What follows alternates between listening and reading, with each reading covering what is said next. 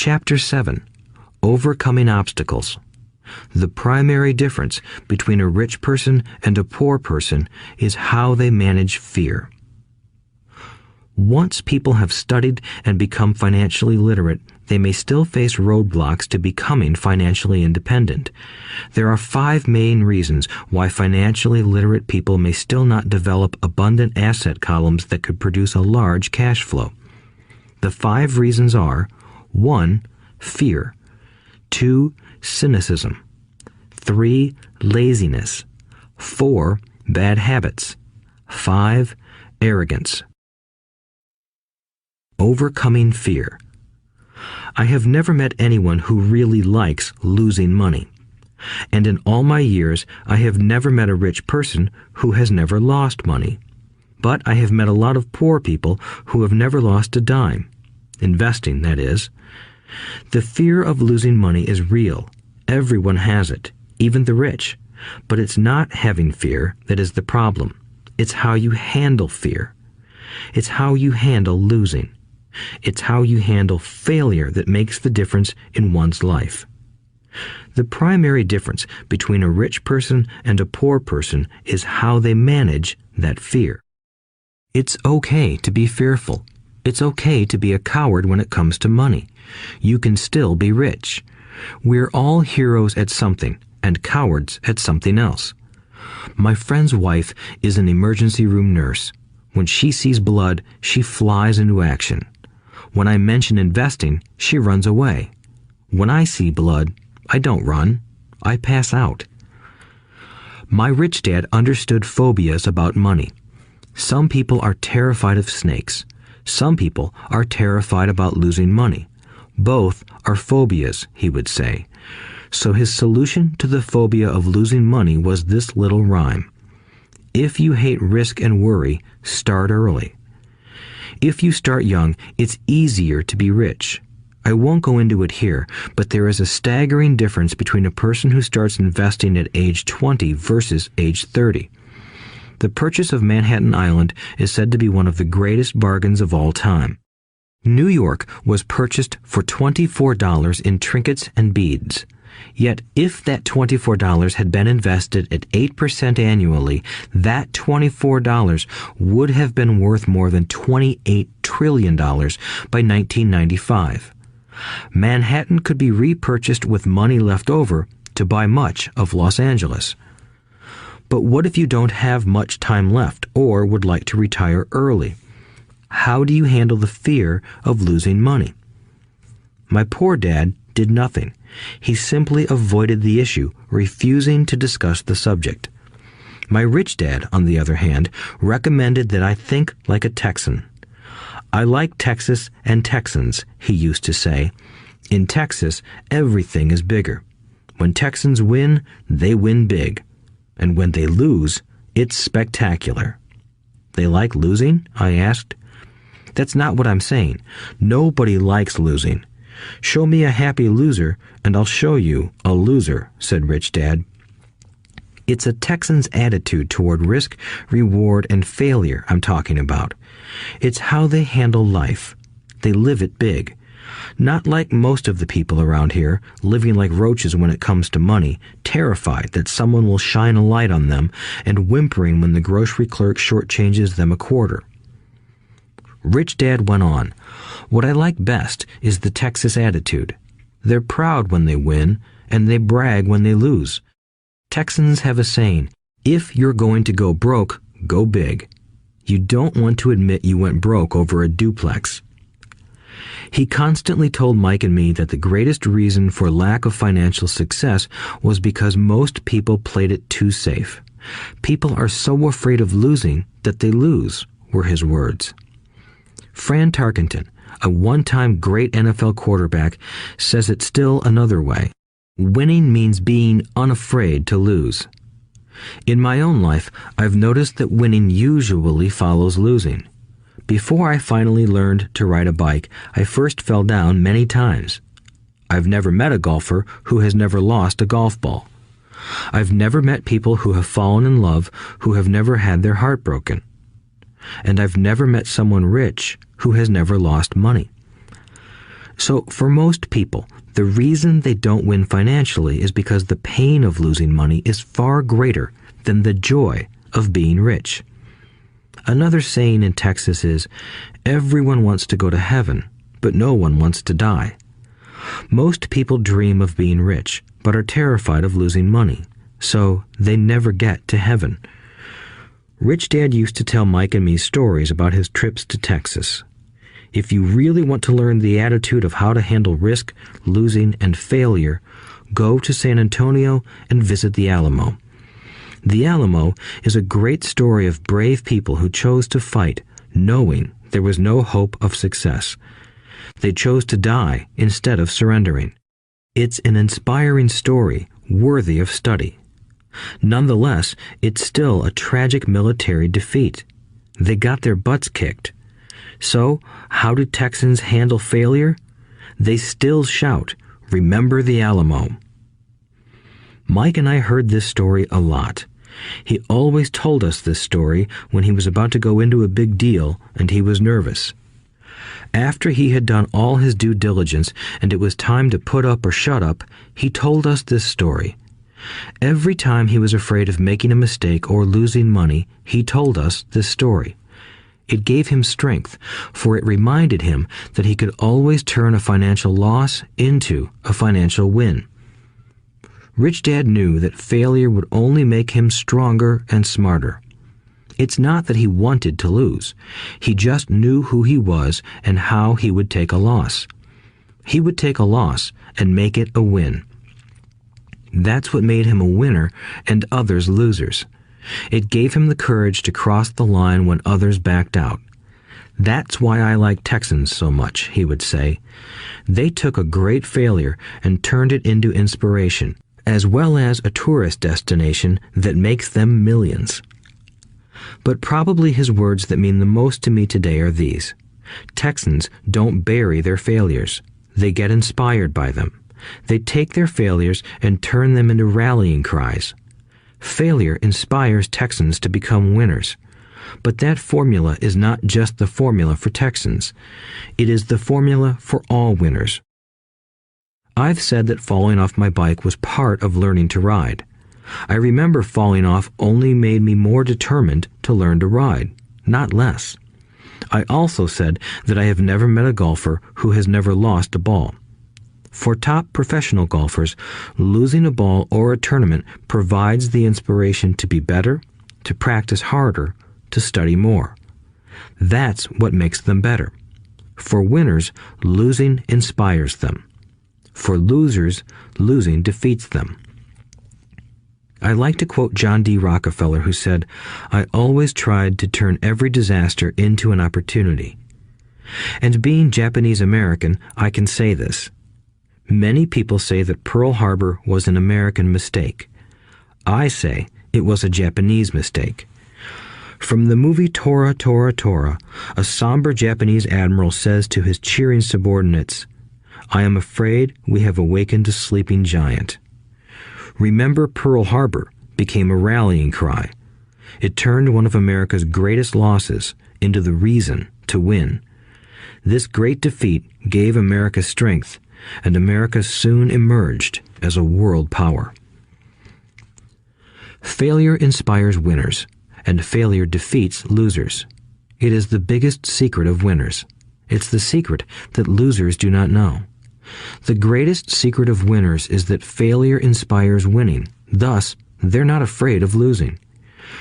Repeating Fran Tarkenton's quote, "Winning means being unafraid to lose."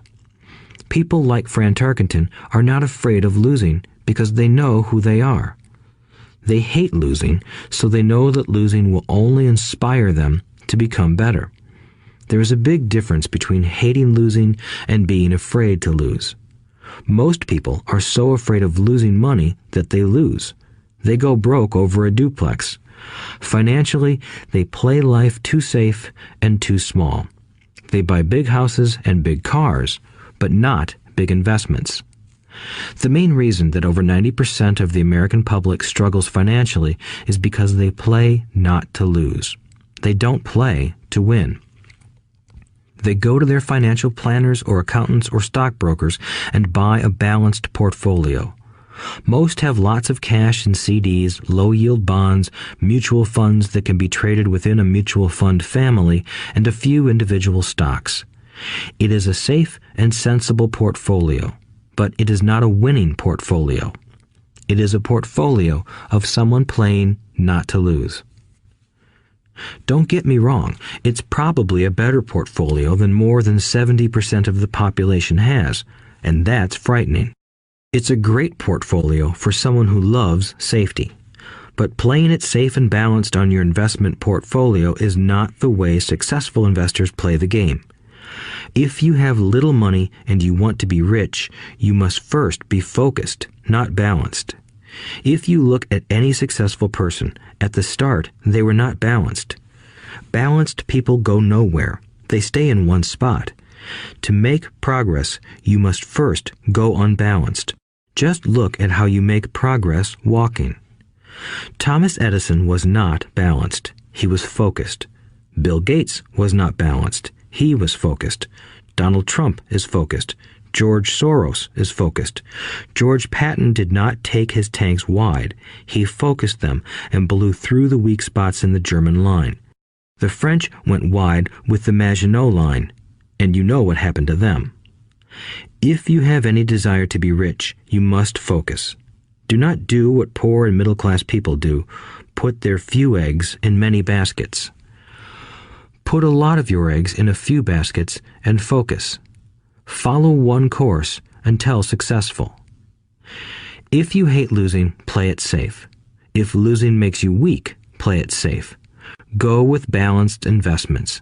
If you're over 25 years old and are terrified of taking risks, don't change. Play it safe, but start early. Start accumulating your nest egg early because it will take time.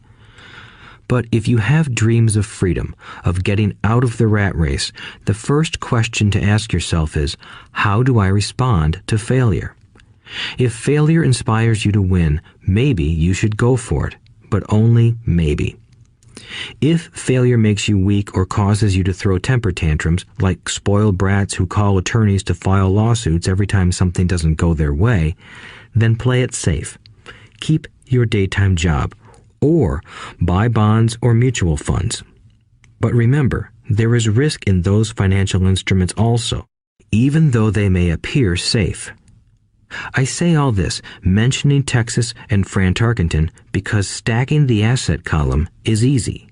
It's really a low-aptitude game. It doesn't take much education.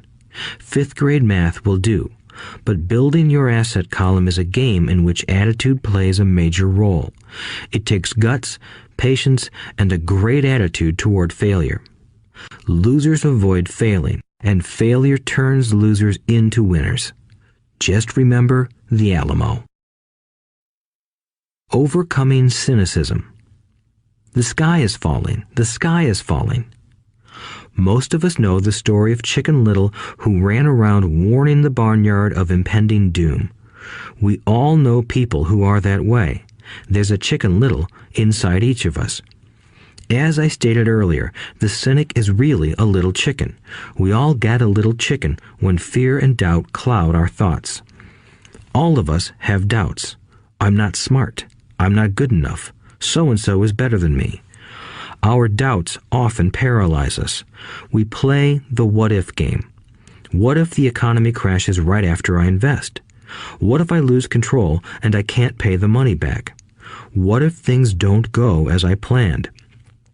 Or we have friends or loved ones who will remind us of our shortcomings. They often say, "What makes you think you can do that? If it's such a good idea, how come someone else hasn't done it? That will never work. You don't know what you're talking about." These words of doubt often get so loud that we fail to act. A horrible feeling builds in our stomach. Sometimes we can't sleep. We fail to move forward. So we stay with what is safe, and opportunities pass us by.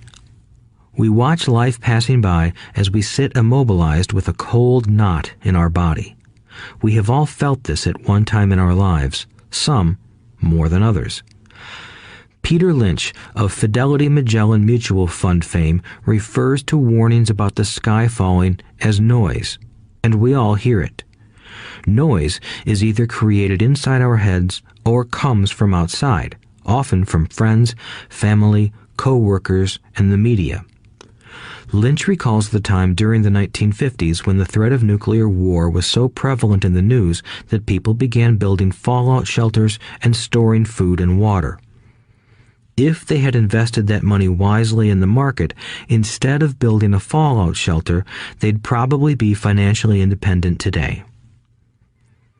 When violence breaks out in a city, gun sales go up all over the country.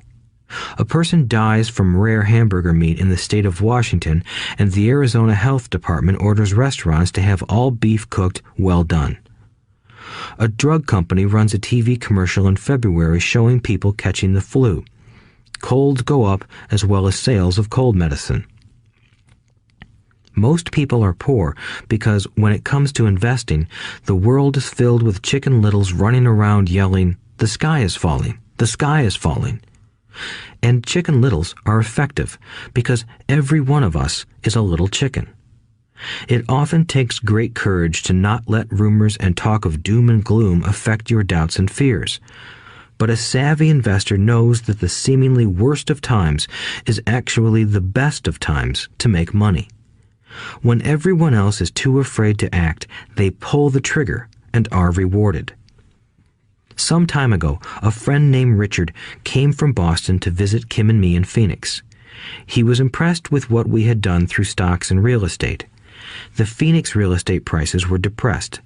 We spent 2 days showing him what we thought were excellent opportunities for cash flow and capital appreciation. Kim and I are not real estate agents. We are strictly investors. After identifying a unit in a resort community, we called an agent who sold it to him that afternoon.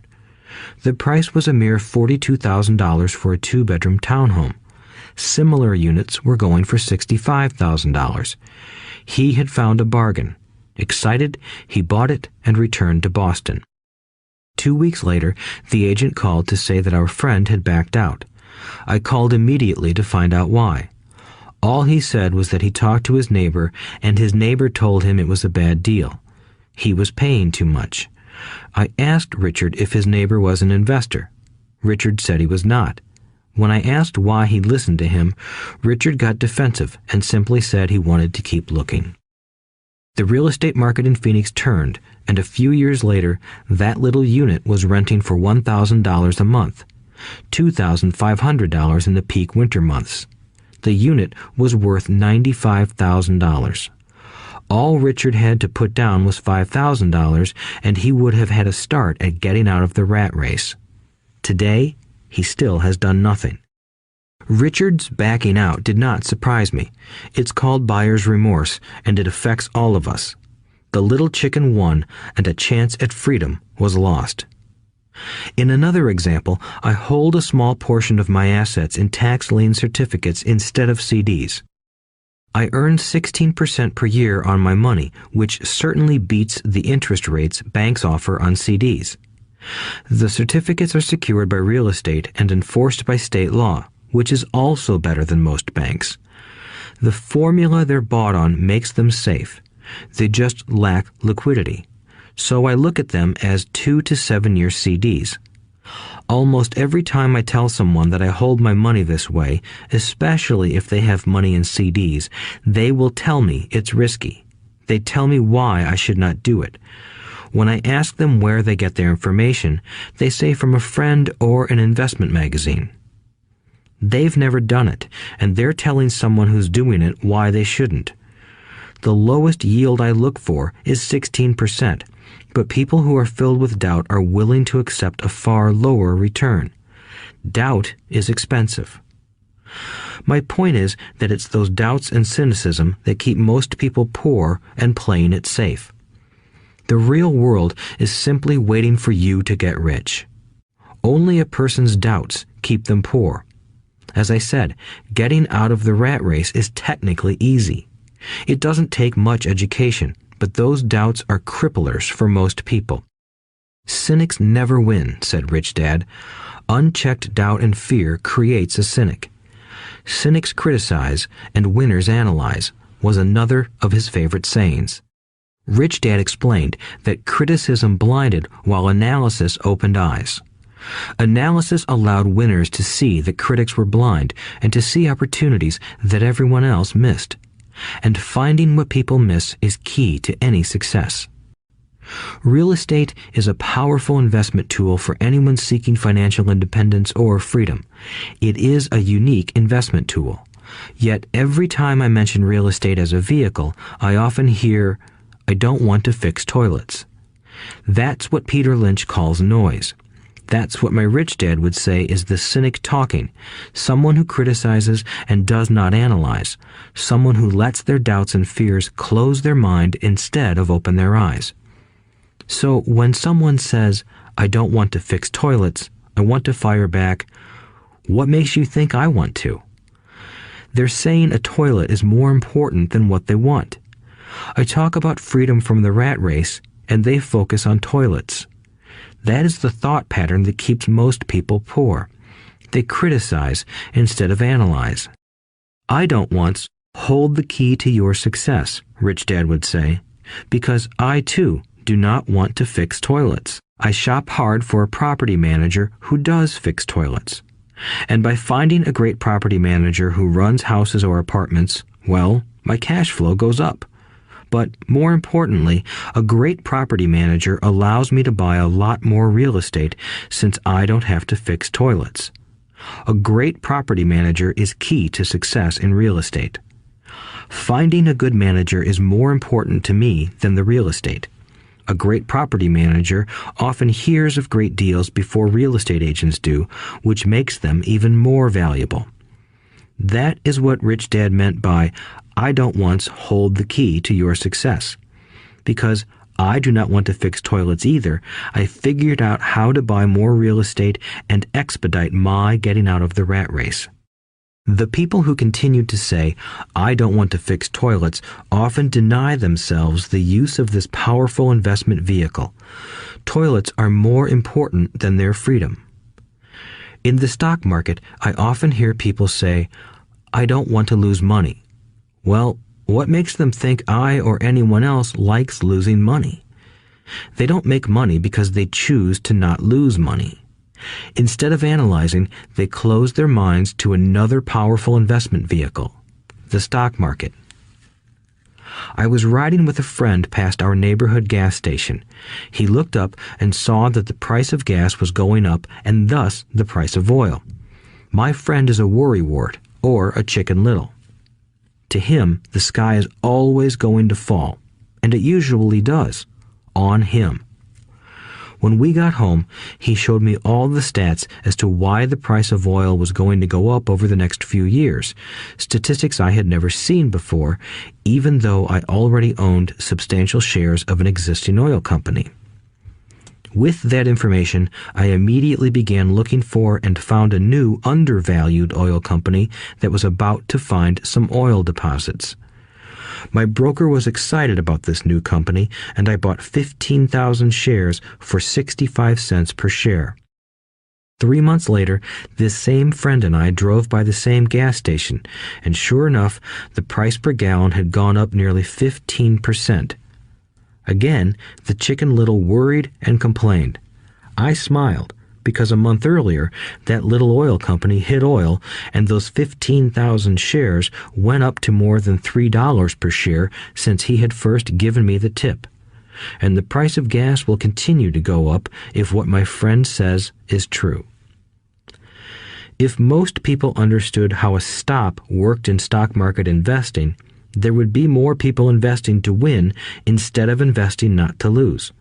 A stop is simply a computer command that sells your stock automatically if the price begins to drop, helping to minimize your losses and maximize some gains. It's a great tool for those who are terrified of losing.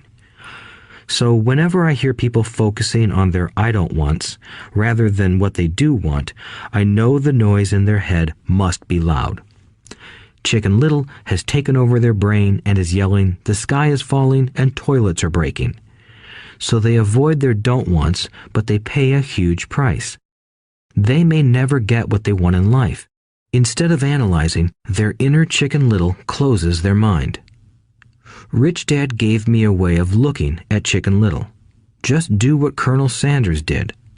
At the age of 66, he lost his business and began to live on his Social Security check. It wasn't enough. He went around the country selling his recipe for fried chicken. He was turned down 1,009 times before someone said yes, and he went on to become a multimillionaire at an age when most people are quitting. He was a brave and tenacious man, Rich Dad said of Harlan Sanders. So when you're in doubt and feeling a little afraid, just do what Colonel Sanders did to his little chicken. He fried it. Overcoming laziness. Busy people are often the most lazy. We have all heard stories of a businessman who works hard to earn money. He works hard to be a good provider for his wife and children. He spends long hours at the office and brings work home on weekends. One day he comes home to an empty house. His wife has left with the kids. He knew he and his wife had problems, but rather than work to make the relationship strong, he stayed busy at work. Dismayed, his performance at work slips and he loses his job. Today, I often meet people who are too busy to take care of their wealth, and there are people too busy to take care of their health. The cause is the same. They're busy, and they stay busy as a way of avoiding something they do not want to face. Nobody has to tell them. Deep down, they know. In fact, if you remind them, they often respond with anger or irritation. If they aren't busy at work or with the kids, they're often busy watching TV, fishing, playing golf, or shopping. Yet deep down, they know they are avoiding something important. That's the most common form of laziness. Laziness by staying busy. So, what is the cure for laziness? The answer is a little greed. For many of us, we were raised thinking of greed or desire as bad. Greedy people are bad people, my mom used to say, yet we all have inside of us this yearning to have nice, new, or exciting things. So to keep that emotion of desire under control, often parents find ways of suppressing that desire with guilt. You only think about yourself. Don't you know you have brothers and sisters? Was one of my mom's favorites. You want me to buy you what? Was a favorite of my dad. Do you think we're made of money? Do you think money grows on trees? We're not rich people, you know. It wasn't so much the words, but the angry guilt trip that went with the words that got to me. Or the reverse guilt trip was the I'm sacrificing my life to buy this for you. I'm buying this for you because I never had this advantage when I was a kid. I have a neighbor who is stone broke but can't park his car in his garage. The garage is filled with toys for his kids. Those spoiled brats get everything they ask for. I don't want them to know the feeling of want are his everyday words. He has nothing set aside for their college or his retirement, but his kids have every toy ever made. He recently got a new credit card in the mail and took his kids to visit Las Vegas. I'm doing it for the kids, he said with great sacrifice. Rich Dad forbade the words, I can't afford it. In my real home, that's all I heard. Instead, Rich Dad required his children to say, how can I afford it? He believed that the words, I can't afford it, shut down your brain. It didn't have to think anymore. How can I afford it opened up the brain and forced it to think and search for answers. But most importantly, he felt the words, I can't afford it, were a lie, and the human spirit knows it. The human spirit is very, very powerful, he would say. It knows it can do anything. By having a lazy mind that says, I can't afford it, a war breaks out inside you. Your spirit is angry, and your lazy mind must defend its lie. The spirit is screaming, come on, let's go to the gym and work out. And the lazy mind says, but I'm tired. I worked really hard today. Or the human spirit says, I'm sick and tired of being poor. Let's get out there and get rich. To which the lazy mind says, rich people are greedy. Besides, it's too much bother. It's not safe. I might lose money. I'm working hard enough as it is. I've got too much to do at work anyway. Look at what I have to do tonight. My boss wants it finished by morning. I can't afford it also causes sadness, a helplessness that leads to despondency and often depression. How can I afford it opens up possibilities, excitement, and dreams. So Rich Dad was not so concerned about what we wanted to buy as long as we understood that how can I afford it creates a stronger mind and a dynamic spirit. Thus, he rarely gave Mike or me anything. He would instead ask, how can you afford it? And that included college, which we paid for ourselves. It was not the goal, but the process of attaining the goal that he wanted us to learn. The problem I see today is that there are millions of people who feel guilty about their desire or their greed. It's old conditioning from their childhood. While they desire to have the finer things that life offers, most have been conditioned subconsciously to say, I can't have that, or I'll never be able to afford that. When I decided to exit the rat race, it was simply a question of how can I afford to never work again? And my mind began to kick out answers and solutions. The hardest part was fighting my real parents' dogma. We can't afford that. Stop thinking only about yourself. Why don't you think about others? And other similar sentiments designed to instill guilt to suppress my greed. So, how do you beat laziness? Once again, the answer is a little greed. It's that radio station WIIFM, which stands for What's in it for me? A person needs to sit down and ask, what would my life be like if I never had to work again? What would I do if I had all the money I needed? Without that little greed, the desire to have something better, progress is not made. Our world progresses because we all desire a better life. New inventions are made because we desire something better. We go to school and study hard because we want something better. So whenever you find yourself avoiding something you know you should be doing, then the only thing to ask yourself is, what's in it for me? Be a little greedy. It's the best cure for laziness. Too much greed, however, as anything in excess can be, is not good. But just remember what Michael Douglas said in the movie Wall Street. Greed is good. Rich Dad said it differently. Guilt is worse than greed, for guilt robs the body of its soul. I think Eleanor Roosevelt said it best. Do what you feel in your heart to be right, for you'll be criticized anyway. You'll be damned if you do, and damned if you don't. Overcoming bad habits. Our lives are a reflection of our habits more than our education. After seeing the movie Conan the Barbarian, starring Arnold Schwarzenegger, a friend said, I'd love to have a body like Schwarzenegger. Most of the guys nodded in agreement. I even heard he was really puny and skinny at one time, another friend added. Yeah, I heard that too, another one said. I heard he has a habit of working out almost every day in the gym. Yeah, I'll bet he has to. Nah, said the group's cynic. I'll bet he was born that way. Besides, let's stop talking about Arnold and get some beers. This is an example of habits controlling behavior. I remember asking my rich dad about the habits of the rich. Instead of answering me outright, he wanted me to learn through example, as usual. When does your dad pay his bills? Rich Dad asked. The first of the month, I said. Does he have anything left over? He asked. Very little, I said. That's the main reason he struggles, said Rich Dad. He has bad habits. Your dad pays everyone else first. He pays himself last, but only if he has anything left over. Which he usually doesn't, I said. But he has to pay his bills, doesn't he? You're saying he shouldn't pay his bills? Of course not, said Rich Dad. I firmly believe in paying my bills on time. I just pay myself first, before I pay even the government. But what happens if you don't have enough money? I asked. What do you do then? The same, said Rich Dad. I still pay myself first, even if I'm short of money. My asset column is far more important to me than the government. But, I said, don't they come after you? Yes, if you don't pay, said Rich Dad. Look, I did not say not to pay.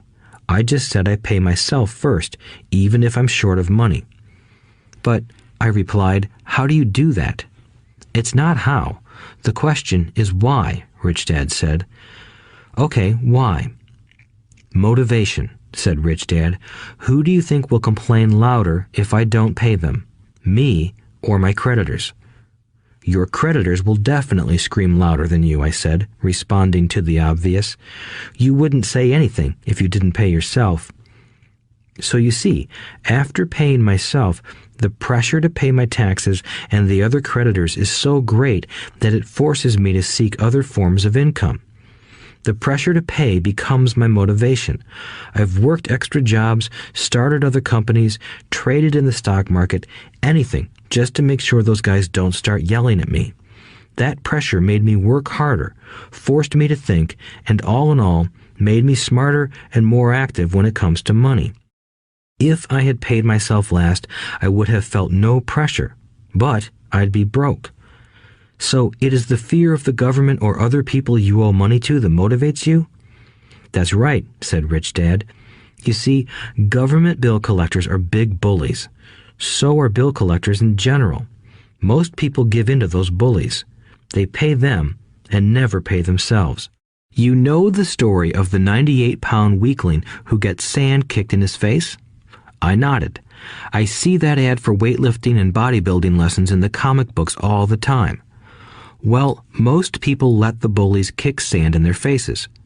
I decided to use the fear of the bully to make me stronger. Others got weaker.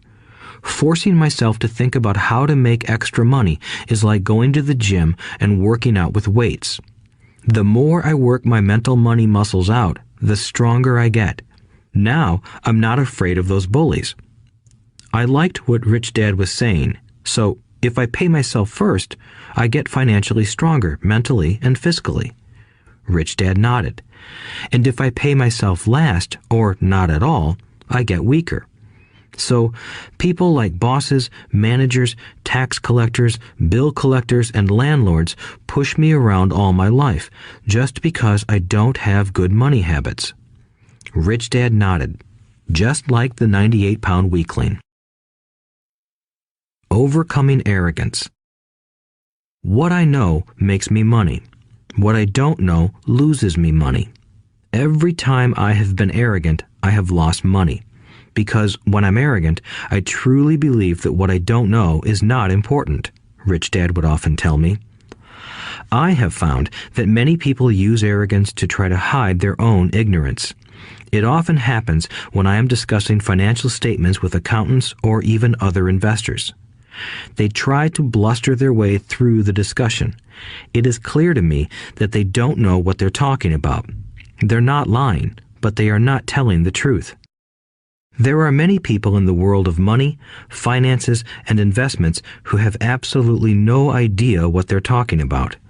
Most people in the money industry are just spouting off sales pitches like used car salesmen.